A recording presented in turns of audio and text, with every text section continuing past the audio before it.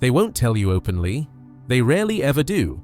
But the discomfort is there, hiding behind half-hearted jokes, sugar-coated advice disguised as concern, or that strange, heavy silence when you dare to speak of something deeper. They laugh, nod, maybe even pretend to listen. But deep down, something in you unsettles them. You see, your growth, your mental evolution, threatens their comfort zone. And no one, absolutely no one, likes having their comfort questioned. Because when you begin to wake up, when your mind starts rejecting the programmed path, when you stop blindly accepting what you've always been told, that's when others start to feel exposed. It's not your words that disturb them. It's your change. It's the fact that you're no longer part of the unspoken agreement to stay the same. Maybe you're going through exactly this right now. You've started thinking differently, acting differently.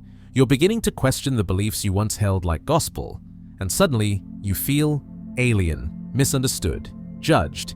But here's what no one tells you. What nature, ironically, has always understood better than anyone else. This is the cost of building a powerful mind. Not just any kind of strength, not physical strength, not loud defiance, but a quiet, unshakable inner force that terrifies people. Because it reflects everything they're trying to ignore about themselves. When your mind awakens, when it breaks free from the comfortable illusions of society, you become a walking mirror.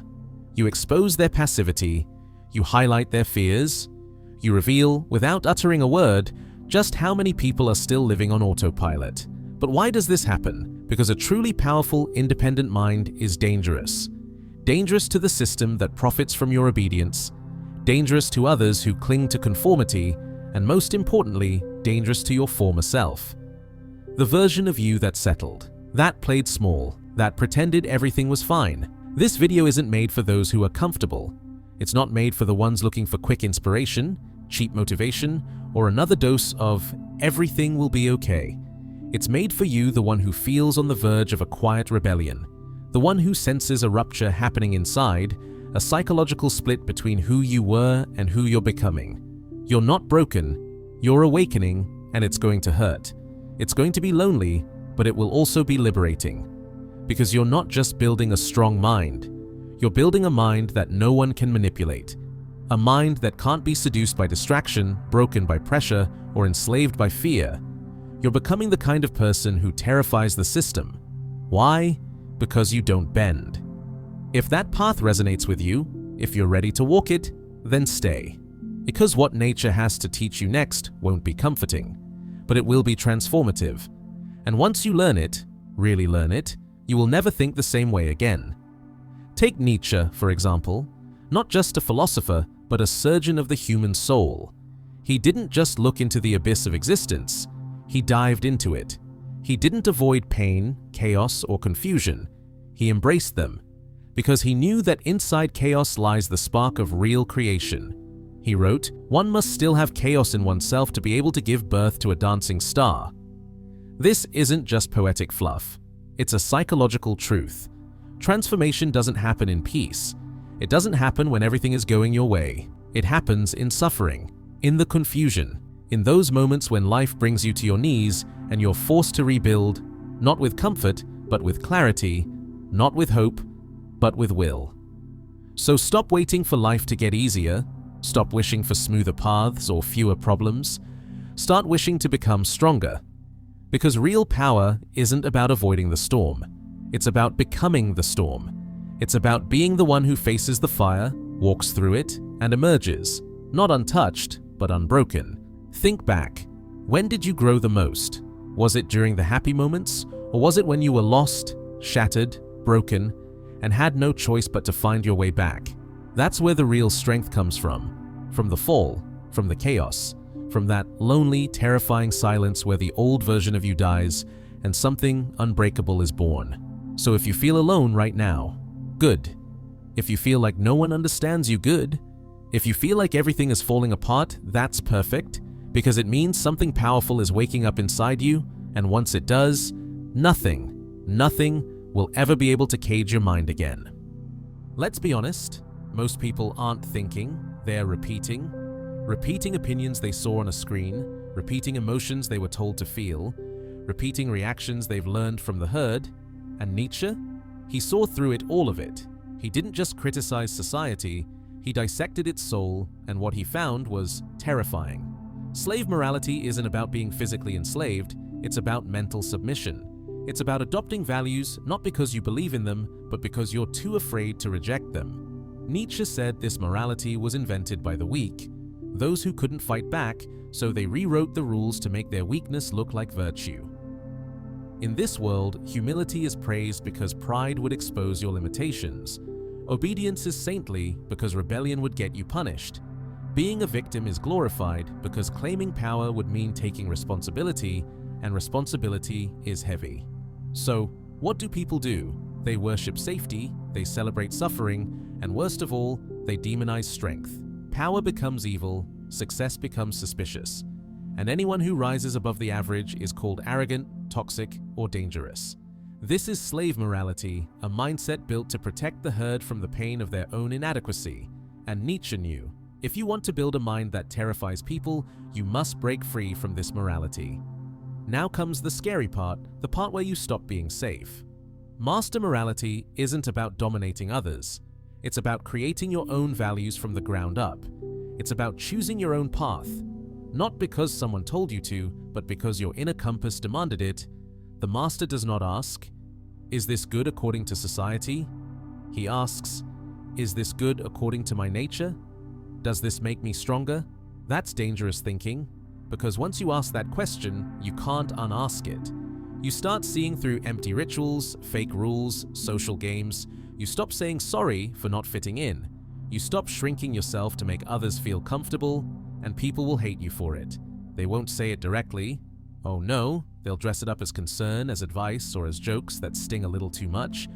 But deep down, what they're really saying is, stop thinking. You're making us uncomfortable. Think about it. If everyone's hiding in a burning house, and you're the only one screaming, "Fire!" you're not the hero, you're the lunatic. Because the truth is, the herd doesn't want to be saved. They want to be left alone in their illusion. They want you to follow the same broken rules, buy the same meaningless products, fear the same imaginary enemies, hate the same people, worship the same false gods, but the moment you refuse to play along, you become dangerous. Not because you're violent, not because you're loud, but because you are free. And freedom is contagious. A single strong mind is like a virus in a system designed for compliance. Nietzsche saw this. He warned that the herd will always try to crush what it cannot understand. That's why most people choose the comfort of lies over the pain of thinking. But if you're still watching this, maybe you're not most people. To Nietzsche, the highest human is the one who dares to think alone.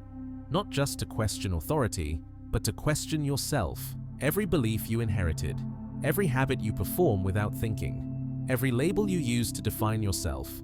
Because only after you strip away all that noise do you begin to hear your own voice. That voice is rare, and rare things scare people. So if you build a mind that terrifies others, you're doing something right. Because what you're really terrifying is their reflection in you. You're showing them what they could be if they had the courage. So the choice is simple, but it isn't easy. Do you want to be safe in the herd, loved for your silence, accepted for your obedience? Or do you want to be alone, misunderstood, and terrifyingly awake? Nietzsche didn't offer comfort. He offered liberation, but only for those brave enough to tear off the mask and stare into the mirror until the lie breaks. The rest will keep grazing in the pasture, safe, silent, asleep. But not you. You're here because something inside you already knows. You were never meant to follow, you were meant to become. So you've chosen the harder path. You've decided to abandon the herd, to think, to confront, to evolve. But what now? How do you actually build a mind so strong, so utterly unshakable, that it terrifies others? Not by lifting weights, not by memorizing quotes, but by going to war with yourself. Friedrich Nietzsche didn't hand out shortcuts. He gave us weapons, mental tools forged in pain, sharpened in solitude, and tested in fire. Let's walk through the 5 tools Nietzsche gave to the few brave enough to use them. Because once you do, you'll never think like the herd again. Nietzsche wrote, "Sometimes people don't want to hear the truth because they don't want their illusions destroyed. But what about you? Can you handle the truth about yourself?" Radical honesty is Nietzsche's first and most dangerous tool. Not honesty with others, that's easy, but honesty with yourself. The uncomfortable truth about your desires, your fears, your ego, your insecurities, your failures. This means asking, am I living by my own values or just avoiding rejection?